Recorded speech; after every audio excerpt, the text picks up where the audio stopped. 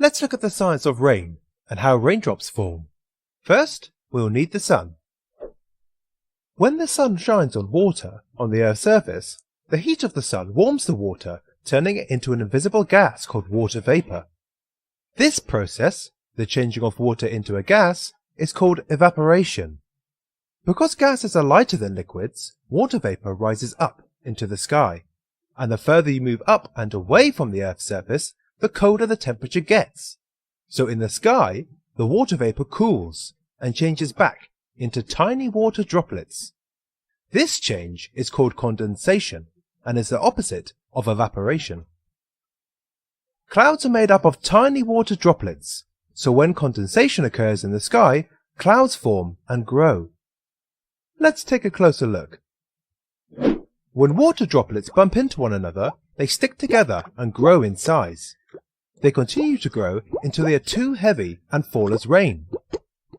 They even grow as they bump into one another on their journey from the cloud to the ground.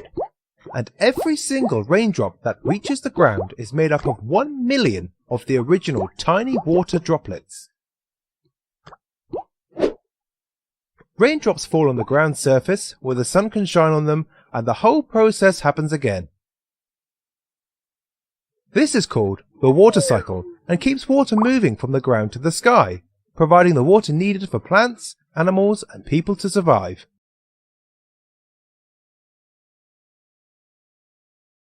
A UFO, unidentified flying object, is any object flying in the sky which cannot be identified by the person who sees it.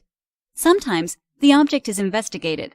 If people can still not figure out what the project is after an investigation, it's called a UFO. If they figure out what the object is, it can no longer be called a UFO because it has been identified.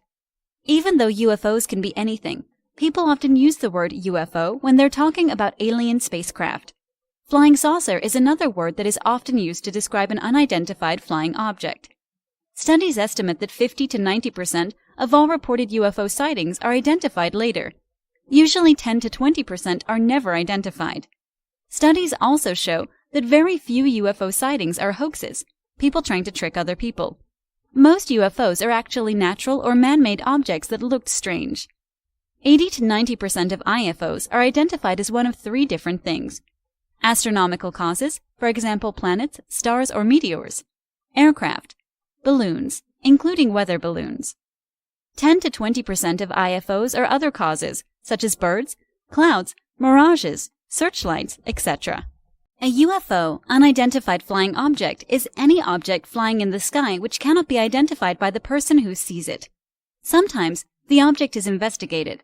If people can still not figure out what the project is after an investigation, it's called a UFO. If they figure out what the object is,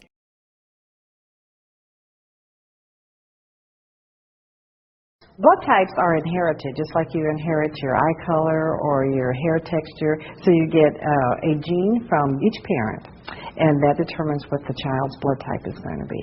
There's 4 different blood types? There is. There's type A, type B, type AB, and type O. And the only difference is what sugar molecule is added to that point. There are some studies that show that the reason the A, B, O, and AB have been distributed the way they were was because of forces that they think are primarily connected to the organism that causes malaria. It turned out to be that people who had type O were actually able to survive an attack of malaria. It appeared that the malaria organism was more readily able to attach to red cells that were type A or type B and actually kill those patients before they had a chance to reproduce. Those people who had type O actually would get sick but wouldn't die and had an opportunity to reproduce, and that's how the gene goes forward. And then if you look at a map of where malaria is now and where the different peoples are, you can see that the type O has followed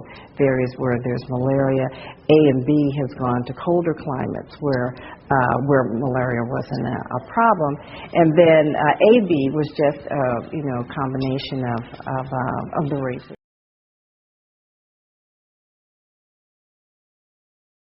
Why does altitude cause headache?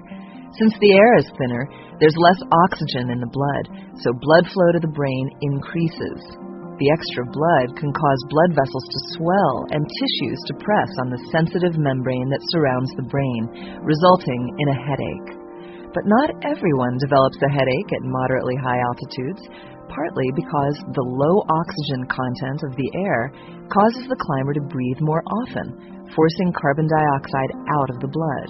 The body reacts to the lowered carbon dioxide content of the blood by decreasing blood flow to the brain.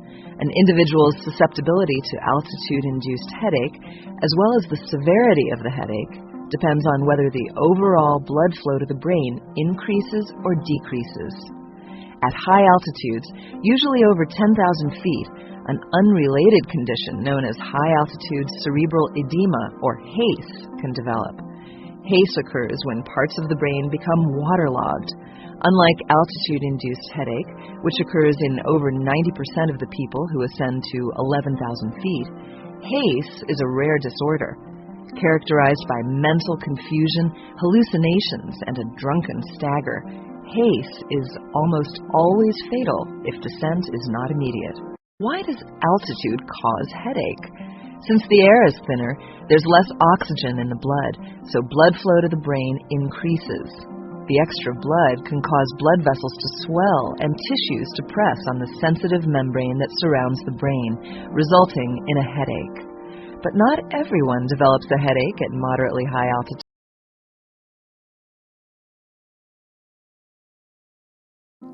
Steam is water that's heated to 212 degrees Fahrenheit. Believe it or not, steam is invisible. You can see right through it.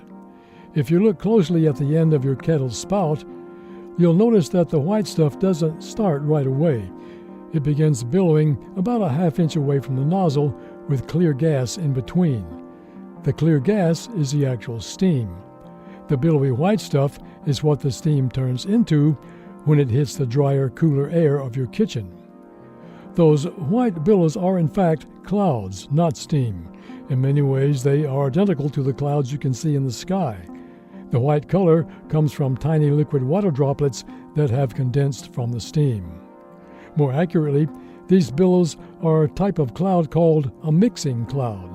These can form when two separate air masses with different temperatures and different amounts of water in them mix together.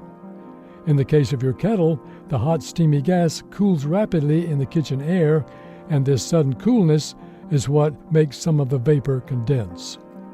Mixing clouds are pretty common, and they don't need to start with steam. You see mixing clouds when you see your breath on a cold winter day.